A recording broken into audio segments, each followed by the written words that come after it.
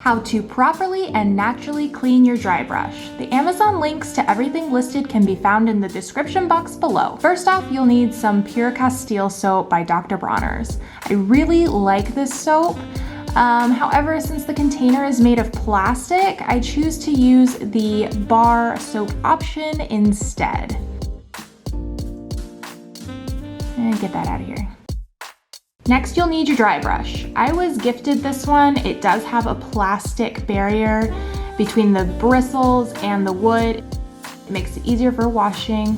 But if you don't want the plastic barrier, you can always go with the natural wood to bristle.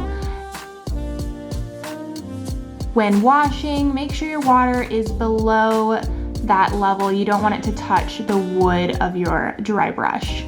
Okay, so you'll take your dry brush and we want to knock out a lot of those dead skin cells that have accumulated on here. I use a wooden dowel. You can use a plate or any other kind of hard edge, and you just want to scrape out the dust.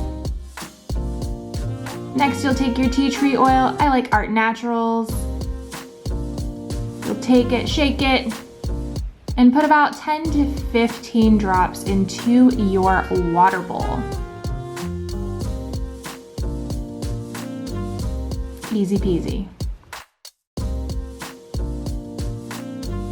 Now take your bar soap, wet your brush,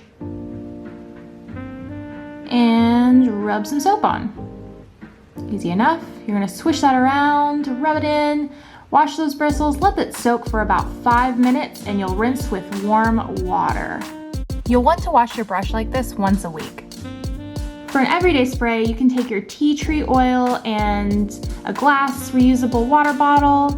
You're gonna fill it about halfway with water and put about 10 to 15 drops of the tea tree oil into the water. This can be used every day in between those heavier duty washes.